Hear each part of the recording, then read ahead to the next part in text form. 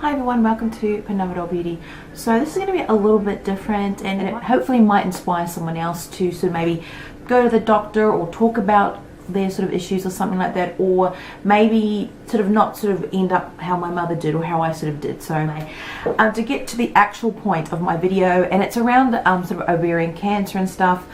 I know some people go, oh look, everyone talks about cancer nowadays or knows someone that's sort of related to it. I mean, I have personal family history. My mother sort of rotted from the inside out from bowel cancer. She passed away when I was 18. And then I've had my own immediate personal experience with it. I've had stage 1, a very mild, we're talking mild here, ovarian cancer or uterine tumour on my left side. I've had a couple of operations and I've had my ovary removed, my fallopian tube, but that hasn't stopped me having children. Obviously, you've seen my co-producer or my son, he's over 3 years old now and the like. I didn't need sort of chemotherapy or anything, but my sort of point is just sort of being confident in what you're sort of feeling in your body and sort of maybe keeping medical records and stuff like that. So, for example, or case in point, my mother for many years kept getting misdiagnosed with having urinary tract infection, and eventually after years found out that she actually had bowel cancer, and possibly the tumour, like they kept saying, or the experts were saying, it could have been growing for many years, up to 10 years. That could have been just sort of growing and sort of spreading throughout her body. So but there were signs there and stuff like that. I mean, obviously different cancers have different signs and stuff. Some maybe might not have the same symptoms, and there's different things, but they were sort of there. But she went to the one doctor she went to pretty much since she'd been in that area. I went and saw the doctor. It was just the same old sort of thing. No, that's fine, not a problem. Never went for any scans or any other blood tests or anything like that to confirm the possibility. I think she did have a urinary tract infection, but that could have been brought on by other things that were happening in her body. So it's not necessarily that's what it is. It could be other underlying issues. And with myself as well, back in 1999, I had an ultrasound. I was lucky, I think, to have an ultrasound for other sort of issues. They did see that I had a little growth there. They just thought it was a cyst, or they said, oh no, it's just a cyst. I never knew that cysts were just normal. A lot of women get it and never realise. I mean, I've got a cyst in my ankle, I've got a cyst in my brain because I've had other scans for other things, and it's just normal to have them sort of all over your body, and I never knew that. Like, I'm thinking, really? I've got a cyst in my brain? I've got, it's normal, but it's just the impact that they have, and they might come and go depending. Apparently the ones in your ovaries might come and go different types of, time of the month or different things. It might get reabsorbed into your system and stuff like that. And they said, oh, that's just normal, it'll get reabsorbed. I didn't think much of it, but over the years, because I moved from, that was 1999, and then I moved to Australia, like I've gone on about before, in the end of 2000. I didn't take my all of my medical records or scans and stuff like that, but I did take my reports with me, which is another thing that I want to talk about later on, and I'll go over sort of keeping reports and stuff like that, or even just diarising issues that you might have. But over the years I did notice like a pain on my left side, sort of bloating that would come and go. My periods got more and more painful, and my periods became even more irregular, and all these sorts of things that were happening, but I didn't really think much of them. You'd mention it to the doctor and stuff like that, when you're getting your pap smear every couple of years or year or whatever. Oh yeah, blah blah blah. No, that's a problem. It's probably just stress or something like that. And then they might have they feel internally or around you. They think, oh, there might be something there, but it could be just that cyst or something. Blah blah blah. Things come and go like that. It might get reabsorbed. Blah blah blah. Anyway, that kept going on for years, and the pain would become more persistent, more noticeable, and I'm sorry, I know I might get a little bit heavy on the medical stuff, or a little too intimate, but intercourse started to become painful, all the different things that were happening, and more bloating and stuff like that I started to notice, and it got worse and worse and worse. So done around about 2003, 2004, I got another sort of scan. I thought, oh look, we'll just check. It's not a common thing that doctors don't necessarily say, I'll get a scan or an MRI or an X-ray for certain reasons, unless they really think there's a need to. And for me, they kept saying, oh, you're just so young. I was in my early 20s then. It shouldn't be anything serious. But got the scan, and then they noticed that I had what they thought was a cyst on that left side, same side where I knew I had that thing before. I had the report, so I could actually show them that report, even though it was from a completely different hospital in another country. I still had some information there. So I've always tried to keep reports. If I haven't been able to keep x-rays or scans or MRIs, I at least keep the reports and like trace down what it is. It's like instead of like doing a family tree, which I think is still very important, you can keep a history sort of file or tree of you, not only yourself but your family's history. I'll get to that a little bit later. But like, I had that, okay, no, I'm fine. But the pain kept getting more and more persistent, and then pretty much they decided we'll do another scan. This is a few months later. It was still there, and it was quite large. My original report said that back in 1999 that the cyst was about 7.5, or say just over 7 centimeters large. That's what the mass showed. When they did that other scan, it was pretty much around 12.5 centimeters. So that sort of was in there, sort of pressing sort of on me. And as you can imagine, over different times of the month, that might get quite sensitive or quite painful. So I thought, maybe we should look into it a little bit more. Maybe take a biopsy. That's where they obviously take a little bit of a sample to see, is it something serious? Anyway, I got scheduled to have the operation. I thought I was going to originally go in there to get, I think it's called a laparoscopy. I can't pronounce the word, but pretty much where they'll put a little camera through your belly button or make a little incision sort of in that region to go in, have a look around, see how it's attached, and take a biopsy. But pretty much once I had the operation, came to, and becoming aware in the hospital, I'd actually had a large cut. Now I always sort of thought, it was like a cesarean sort of cut, and as I've gotten older, obviously I've had my son and stuff, and I thought I was praying I wouldn't have to have a cesarean, because I've got actually quite a few different cuts around there, or scarring, but it's pretty much from one side to the other side. I was like, okay, and it takes about 5 to 6 weeks to heal, similar to healing from a cesarean section. You can't bend or do certain things, and you just be careful not to get a hernia and stuff like that. So pretty much I healed. I thought that would be the end of it.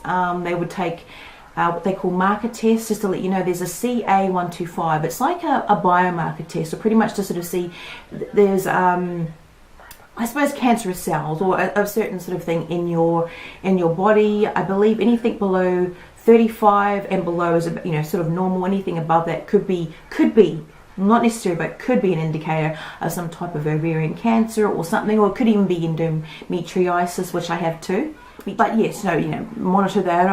Was sort of high, not high, but it wasn't normal. But then after a couple of months, I started to heal. I went back to work. Let's just do another ultrasound to check how that's healing. There's no other complications, and how my right ovary is doing.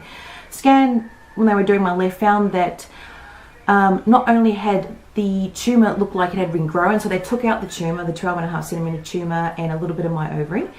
And that's called a oophorectomy, so where they're taking out part of the ovary. They saw that it had regrown, and it was about 9 centimeters thereabouts. So you imagine in a couple of months it had grown to 9 centimeters. And the cells that they had when they tested it were sort of cancerous cells, but nothing had spread. It was all self-contained in that tumor. I had no other complications from that, but they decided that they should just take out that ovary, take out that left ovary and the fallopian tube, and that's called a self-fingo. I'll put the name here. Oophorectomy. They took that all out, and then pretty much from that time onwards, I was sort of told that if I ever have anything regrow back on that side, or it looks like it's come over into my right, which is really the concern for me, I would have a full hysterectomy. It wouldn't be worth the risk of possibly spreading through my sort of body. And again, with my history, my family history, I think over time they've taken stuff like that more seriously. Because of what happened to my mother. Even though it's a different type of cancer, it's really just the region, but it's still cancer. But it also helps with when they're sort of looking at you. It sounds a bit silly, but they look at your age, or you're not statistically within that region, but they might also look at that, if you've got history, they might take it a little bit more seriously. Shouldn't be the case. Like I said, it took me 5 years before someone took it seriously enough to have a look, and it could have gone to the stage I could have not really thought much of it. It could have gotten to a decade, and it might have actually spread within that time, or come across into my right ovary, or like my mother, she could have had it, like I said, could have had hers growing for about a good 10 years. So it really depends on how seriously you take it. If you see one doctor and you think, no, there's something not quite right, your body better than anyone. You might not know medical things and all that sort of stuff, but you know there's something not quite right, maybe go and see another doctor, or request a scan, or request something. I mean, even if you have to go to a third doctor, I'm not trying to panic anyone or sort of, oh look, be paranoid and worry about stuff, but it's just sort of taking note. And another thing you might do is keep the medical reports of things that you had, keep a diary, like, might be useful. You can sort of track, I'm getting this bloating or these pains and stuff, it's on this side. If you take notes, make a little note in a diary or something, you might notice, it's at this certain time of the month, or actually it's all the time, or this is happening, or it's actually getting worse. You might be able to take that to your doctor and sort of say, look, I've had this sort of issue, but I'm noticing it's getting worse and stuff. Is there anything that we can sort of look into? That's just a suggestion, but also medical history as far as for your family. Like my father as well, he's passed away last year. He had liver complications, he had actually heart disease, and again he sort of rotted from the inside out as well, but we didn't know a lot of his medical stuff until pretty much it was too late, really much towards the end. He kept a lot of it secret. But I've had other issues as well with my heart and stuff like that. I didn't know his side of the family or his actual history, so I kept saying, no, everything's fine, no problem.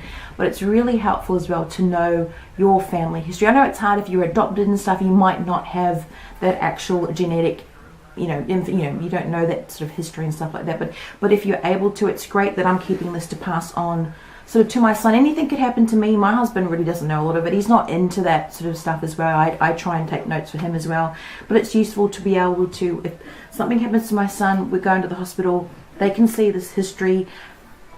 I'm not saying he's going to get preference over testing or anybody else, but it helps to know that sort of stuff, so what they can look for. And same thing, if I'm not here, at least that's here. Same thing if you move to another country like I did, I might not have immediate family and friends, and I get sick.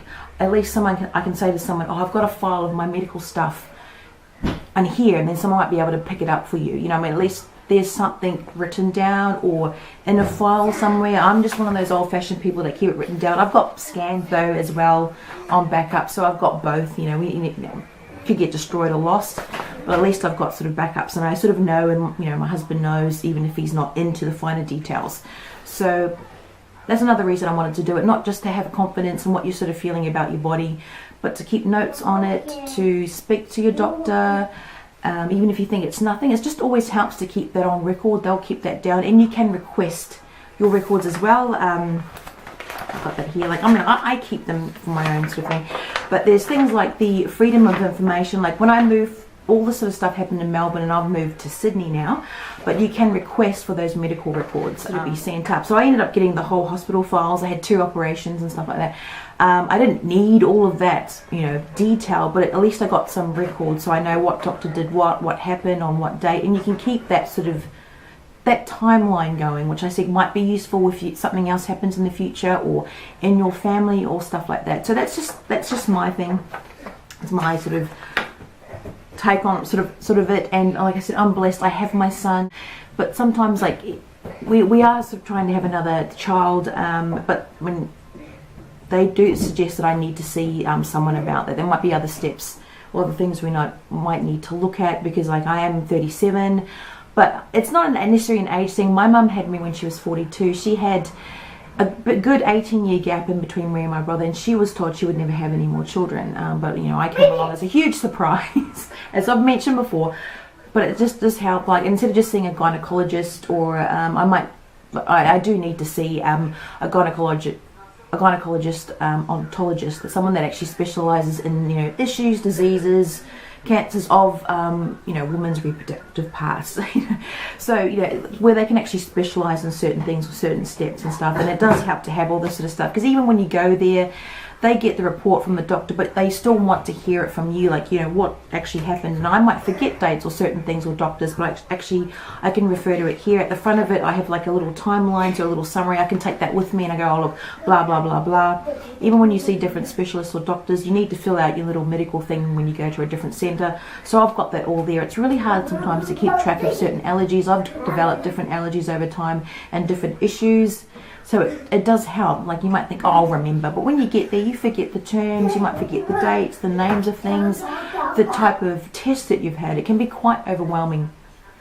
Even when you go and see a doctor, a lot of things with my father, even my mother, you might have to sit in, and you might be that person that you're talking on their behalf. So like if they are quite unwell, so there's a stage where it's not just immediately happening to you, but you might be the one on the outside, but you need to be the one that's taking charge of what's happening. So you need to keep on track of all this stuff. So it does help to make notes that when you're there, even if you need to record it on your phone, or ask the doctor if you can have a summary of what they've just said. They normally have stuff on their file that they're typing as they go, if they can even just print that out for you so you've got the terms and stuff like that, because like I said, it can get very overwhelming with all the different terms and stuff like that.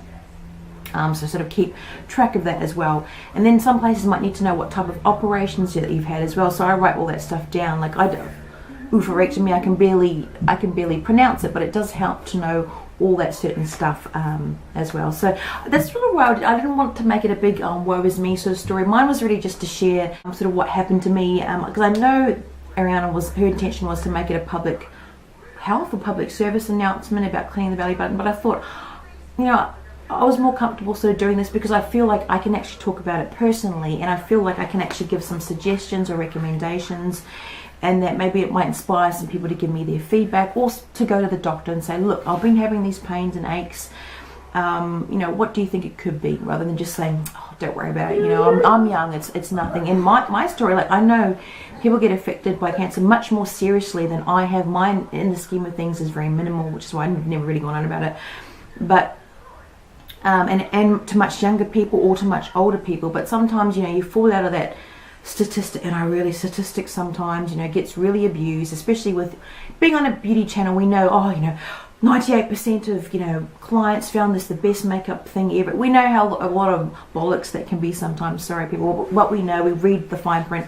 There was 12 people tested from a certain age group, and you know, it's like, oh, come on. But we know it's hard, you know, you fall out of the statistic thing. Doctors can't just wiggly piggly, you know, say, oh, you need to have this, you know, we think it might be this. It could be 20 other things that your issue might be, you know, but it's always underlying symptoms, or things that you're having could be something else, but it's always good to investigate it. But I know they can't give you every test under the sun, because it, you know, there's limited resources, especially if you're going through a public health system and stuff like that, and you know, they just can't throw out referrals, you know, for every type of test. But it does help to sort of, you know, you've got that information when you go there. This has been happening to me. I've been noticing it over the last year or something at a certain time, to keep those notes and stuff like that. And for your record as well. Like if you do need to go and see another doctor, if you're convinced there's something else, you know, take that information, take that report that they think, you know, get them to print out or make that statement, take it with you, go somewhere else. But that's sort of just what I wanted to do, is to share that. I do hope it helps someone out there. And something I've been wanting to talk about for many years, but I'm thinking it's 10 years. I'm going to celebrate with a glass of sparkling. My other channel was Sparkling in a Coupe. I have my son, and if he's the only child I will ever have, it's still perfect. You know, I'm very, very blessed. I'm extremely blessed. Hello. And I think he wants me like, come on, time out now. Enough talking to yourself, mummy. So thank you for watching. Yes, and down below I'll put different links and stuff. Obviously, I'm not saying everyone's got cancer, but you know, you can read on different things if you think you've got certain symptoms and stuff like that, or different sites within Australia and stuff like that. So I'll put, you know, relevant links down below, and sort of what I was talking about. But you know, I'm not trying to like create mass hysteria or anything like that. So thank you, or get any sympathy. I'm just wanting to share, you know, take your health seriously. Don't just have family trees. You keep seeing that thing on TV about having a family tree. Do a family medical history tree as well. Okay, I gotta go, guys. Time for life. Take care.